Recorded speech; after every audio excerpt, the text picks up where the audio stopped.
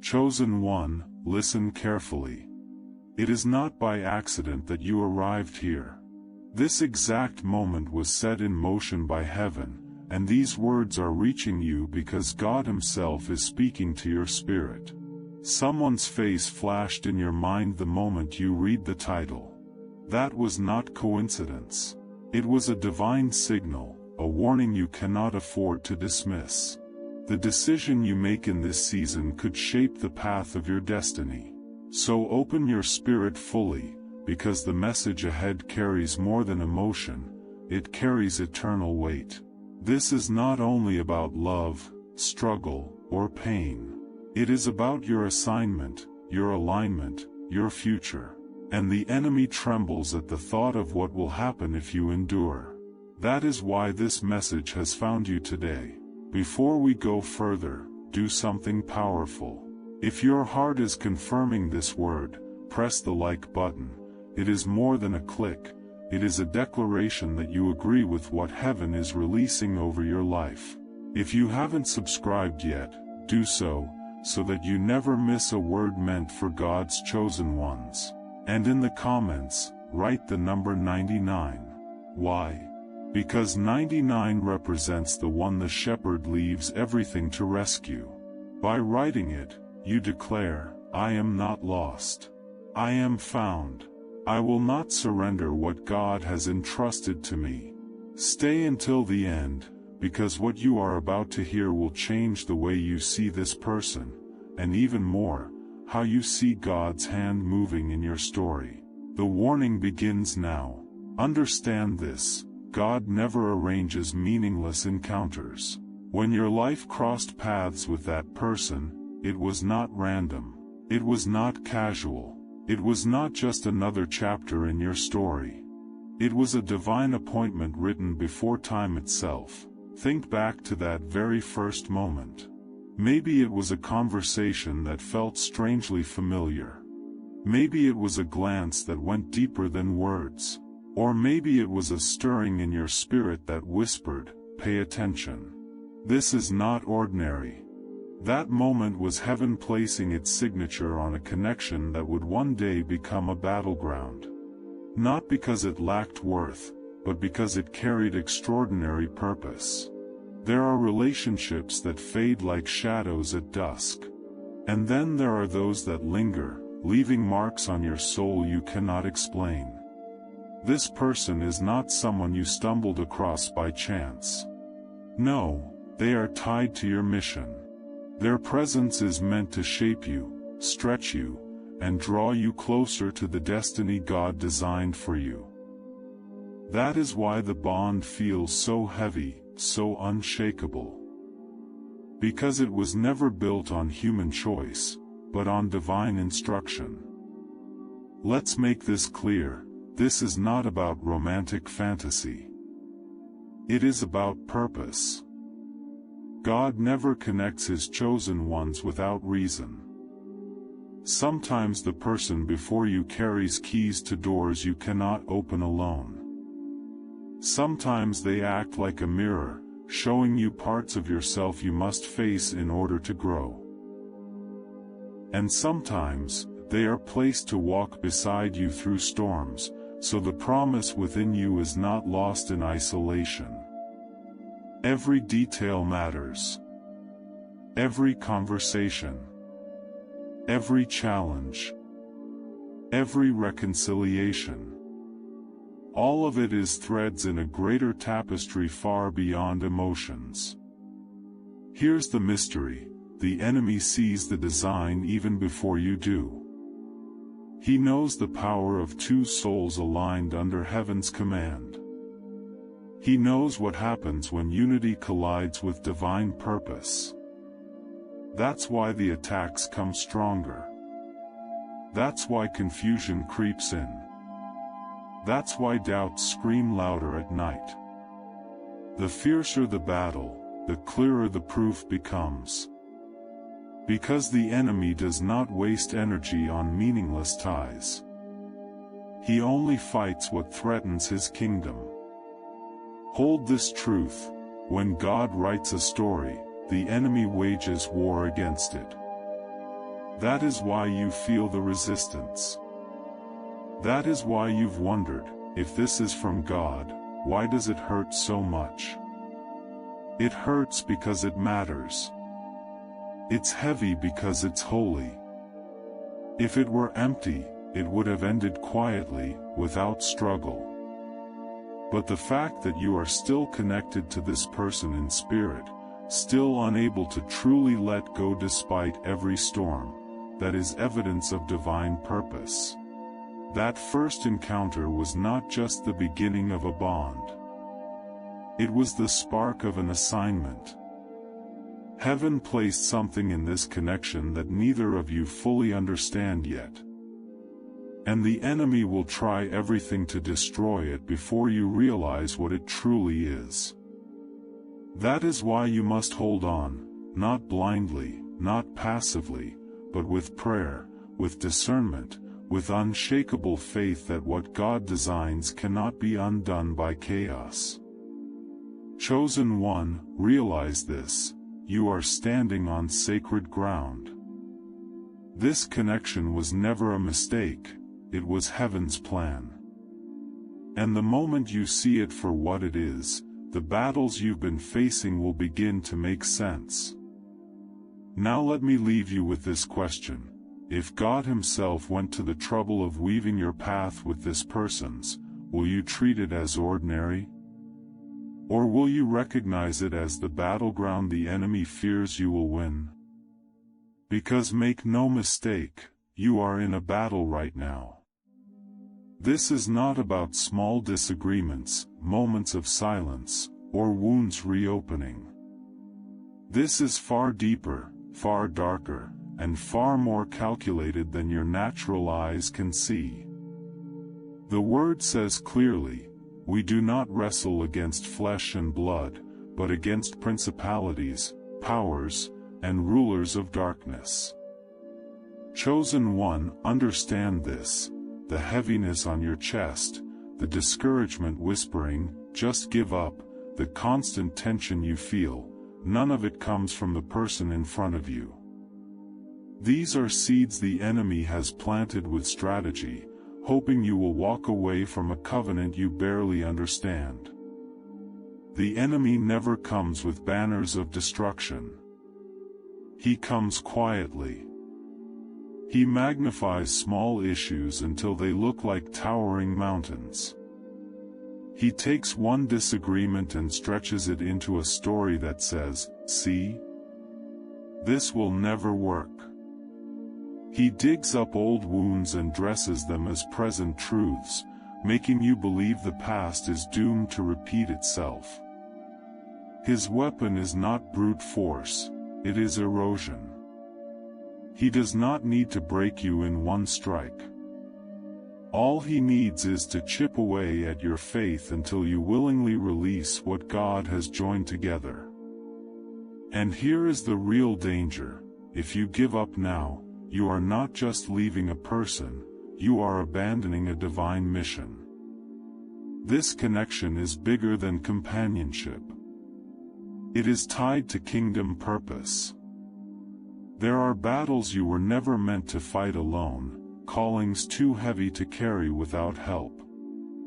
Heaven aligned you with this person for a reason. To walk away is to walk away from the very assignment connected to your bond. The enemy knows this, and that is why he does not stop. He knows if you remain, your union will bear fruit that terrifies him. But if you walk away, he wins without lifting another finger. Think about it. How many times have you almost quit, only to feel that ache inside, like something pulling you back? That ache is your spirit reminding you this fight is not about feelings. It is about destiny. You can sense it in your bones, that the struggle is bigger than the two of you. That is because the enemy isn't fighting your relationship. He is fighting the ripple effect it will release if it survives. When two chosen ones stand united, they become a weapon against darkness. They break generational cycles. They heal family bloodlines. They release blessings that flow not only to themselves but to generations after them. That is why the enemy is desperate to destroy your bond before you realize the power it carries. So, chosen one, ask yourself honestly, is the voice telling me to quit truly from God, or from the one who fears my union? Because God never speaks in fear. He never whispers hopelessness. He never leads through despair. The shepherd's voice brings peace, even in correction. Direction, even in confusion. Clarity, even in silence. If the voice you're hearing only pushes you toward quitting, you must discern its source. The enemy will disguise defeat as wisdom, dress despair as logic, and hide lies inside your emotions. But your spirit knows the difference. Do not be deceived. The storm you are facing is not proof your bond is weak, it is proof that it is powerful. If it meant nothing, the enemy would have left you alone. The very fact you are under siege shows that your connection carries weight in the spiritual realm. And if you let go now, you surrender not only your relationship, but also the assignment heaven entrusted to you through it. This is why you cannot afford to give up. Not now. Not when the stakes are this high. Your endurance is not just about love, it is about obedience to the one who brought this person into your life with divine purpose. If you leave too soon, you will never see what would have been unlocked had you remained. But if you endure, one day you will look back and realize that every storm was preparing you for breakthrough. Pause here and let this truth sink in. The pressure you feel is not evidence that you should walk away. It is evidence that you are close to something the enemy fears. The attacks are loud only because your purpose is louder. So I ask you again, whose voice are you listening to? The God who designed your future, or the enemy who is terrified of it? Chosen one, hear this deeply. The very weight you carry right now, the conflict that feels unbearable, the silence that cuts like abandonment, the pain that makes you question if it's worth it, none of these are signs of failure. They are signs of purpose. Before every divine breakthrough, battles always intensify. This is not just your story, it is a pattern throughout Scripture. Think of Joseph. A young man carrying dreams given directly by God, dreams of influence, of leadership, of elevation. Yet before those dreams came to life, Joseph was betrayed by his brothers, thrown into a pit, sold into slavery, falsely accused, and locked in prison. For years, it must have seemed as though God's vision was a cruel joke. But what Joseph couldn't see in the dungeon was that the prison was the final step before the palace. Every day of trial was shaping him for the authority he was destined to carry. The suffering wasn't proof God had abandoned him, it was proof his purpose was too powerful to arrive without resistance. Or look at David. Anointed as king while still a shepherd boy, oil dripping down his head as a sign of destiny. Yet instead of a throne, he found himself running for his life, hunted by Saul, hiding in caves, living as a fugitive. Imagine the torment, knowing God had chosen him, yet being forced to live in shadows. But those caves were not wasted. They were the training ground where David learned to worship in the dark, to lead men in battle, and to depend on God in ways the palace could never have taught him. The hiding was never punishment, it was preparation. Think of Job. A man righteous before God, yet stripped of everything: family, wealth, health, and dignity.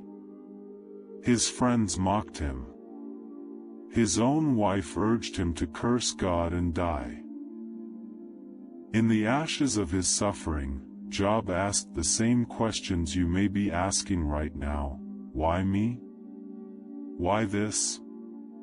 Why does it feel like heaven is silent when I need it most? But the end of Job's story revealed the truth. God restored him. His blessings were doubled. And his testimony became a pillar of faith for generations. Job's suffering was not meaningless, it was the fire that proved his faith was stronger than the flames. Do you see the pattern? Joseph's prison, David's cave, Job's ashes, each was a stage of crushing before the crown, testing before triumph, breaking before blessing. And now look at your own journey. The conflicts you face, the silence that tempts you to doubt, the pain that makes you want to give up, these are not accidents. They are the refining fires designed to strengthen what heaven has planted inside you. The enemy does not waste his weapons on empty targets. He only wages war against what threatens him. The intensity of your trials is not random. It is proof you are carrying something powerful, something the enemy desperately wants to destroy. You are not in this storm because God has forgotten you, you are in it because God has marked you. Resistance is the loudest confirmation that the promise is near. Remember this, it is always darkest before the dawn. The fiercest attacks come when the enemy senses his time is running out. And right now, the pressure you feel is not the end, it is a sign that heaven's delivery is closer than ever. Ask yourself, if Joseph had quit in prison, if David had surrendered in the cave, if Job had cursed God in the ashes, would their destinies have been fulfilled? No. And the same is true for you. The trial you are facing is not the final chapter, it is the final test before breakthrough. Here is the secret the enemy does not want you to know: the trial is not destroying you, it is proving you. Proving your love, your faith, your endurance. And when the smoke clears, you will rise not only as a survivor, but as living evidence that your purpose was always worth the fight. So let this truth take root: when the fire burns hottest, when silence screams the loudest, when pain cuts the deepest, dare to believe that you are standing on the threshold of glory. Because if the battle is this fierce, what waits on the other side must be greater than you can imagine. There is one danger greater than the storm outside you. It is the danger of quitting too soon. Countless promises have been buried, not because God failed, but because people gave up before heaven's timing unfolded. And right now, you are standing at that same crossroad. The temptation to walk away feels heavy, logical, almost reasonable. But hear this with urgency: if you surrender too soon, you risk aborting the very promise God has been preparing for you in secret. Think of a seed planted deep in the soil. Once it's covered, it disappears from sight. Days pass. Weeks pass. The ground looks unchanged, silent, empty. Doubt whispers, nothing is happening. Maybe the seed is dead. Maybe the soil is barren. But beneath the surface, roots are forming. Life is stirring. The unseen is working harder than the seen. If you dig up the seed too early because you cannot see progress, you kill the very miracle that was moments from breaking through. This is what happens when frustration makes you abandon what God is still building. Just because you cannot see transformation yet, just because you have not heard the words you've longed for, just because the situation feels stuck, it does not mean heaven is silent. God, the master gardener, always works in hidden places first. He strengthens the roots before he allows the fruit. If you walk away now, you may never witness what was about to emerge from the soil of your perseverance. Understand this: progress in the kingdom is rarely obvious at first. It often hides beneath the surface. Silence does not mean absence. Delay does not mean denial. And confusion does not mean God has abandoned his plan. You may be standing in the waiting room of your miracle, while impatience whispers the door is locked. But the door is not locked, it is simply not yet opened. If you quit now, you could walk away just one prayer, one sunrise, one step of faith before breakthrough. Let this line echo in your spirit: one day after you quit could have been the day of your miracle. One more night of prayer, one more breath of endurance, one more step of obedience, those could be the very moments God chooses to shift everything. The enemy knows this, which is why his sharpest weapon is not destruction, it is discouragement. If he can convince you to quit early, he never needs to fight you again. He wins without lifting a hand. Think back. How many times in your past did you almost give up, only to watch light break through the darkness when you decided to hold on a little longer? Those moments were not coincidence. They were proof that God rewards endurance. Proof that the harvest comes, but only to those who refuse to dig up the seed. So hear this clearly: do not walk away from what God is still building. The silence you hear is not emptiness, it is construction. The waiting you endure is not punishment, it is preparation. The pain you feel is not proof of failure, it is proof that something is alive beneath the surface, pressing upward, preparing to break through. And the enemy knows it. That is why quitting seems easier now than ever before. But you were never called to quit. You were chosen to endure. Chosen to survive the storm, to wait through the silence, and to stand firm until the ground breaks open and the fruit of your patience appears. Do not let impatience write the ending of a story God has not yet finished. Do not exchange a lifetime of promise for a fleeting moment of relief. Now let me ask you something that should cut deep into your heart. If tomorrow held the miracle you've been waiting for, would you truly want to throw it all away tonight? Chosen one, now that you understand the weight of this connection and why the battle has been so fierce, it's time to rise and fight.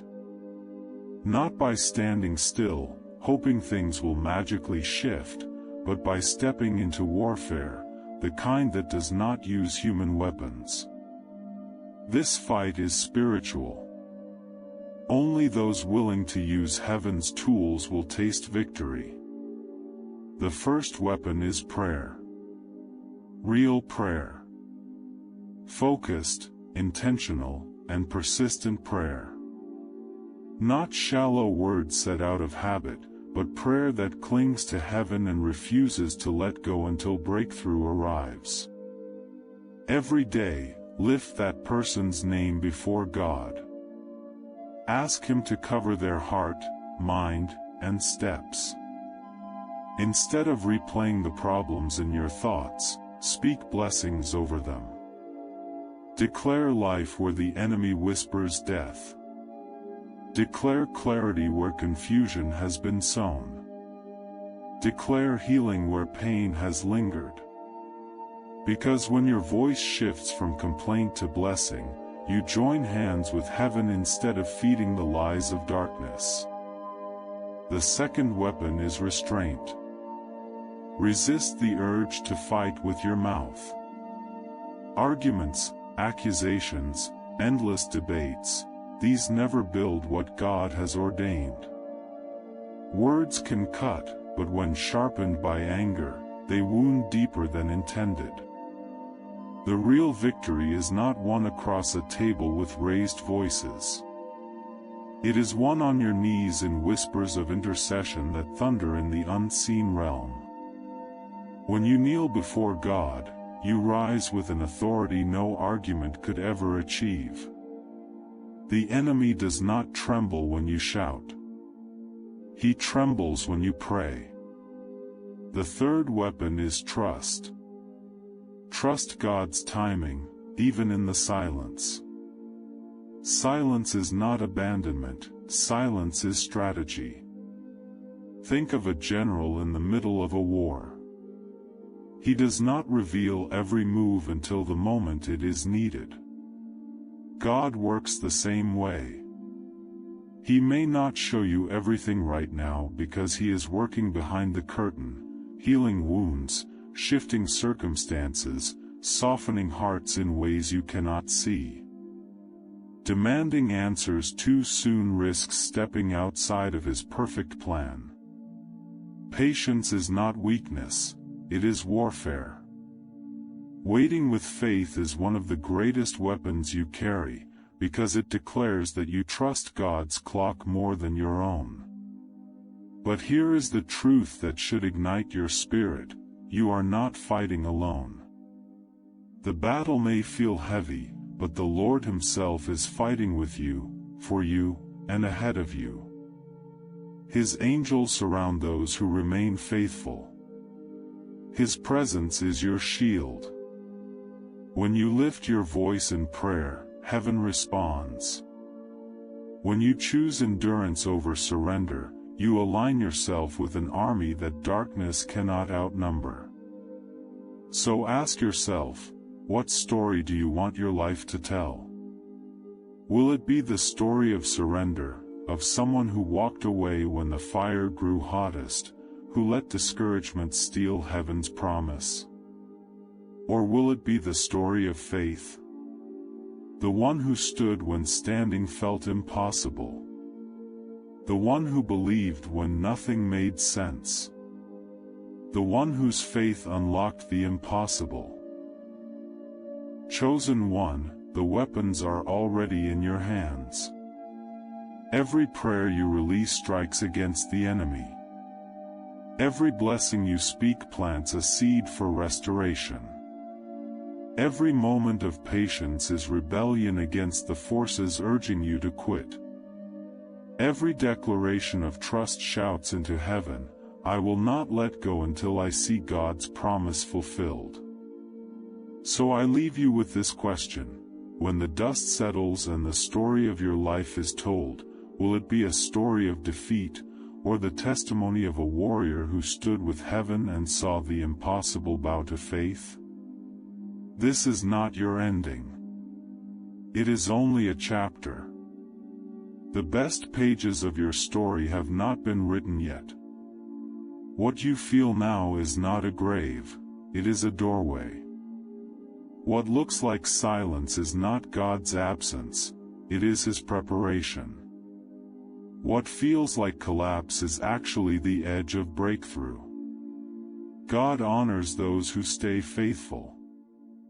He honors the ones who refuse to bow to discouragement, who hold on when everything screams, let go. Your persistence is not wasted. Every tear is a seed. Every prayer is a weapon. Every step of endurance is storing up a harvest you cannot yet see. Restoration is coming. Healing is on the way.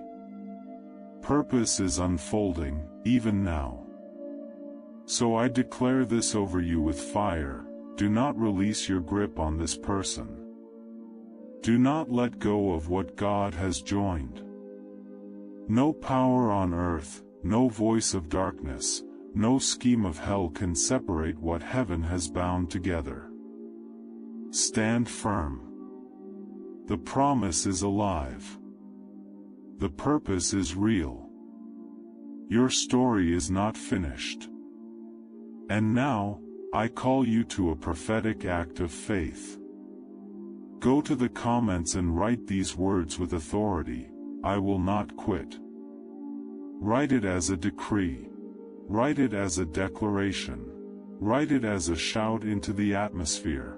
Because when you type those words, you are not just leaving a comment, you are sealing your decision in heaven itself. This is your moment. This is your stand. The future is waiting. The enemy is trembling. And your testimony is being written right now. Do not quit. Do not surrender. Do not let go. Victory is yours.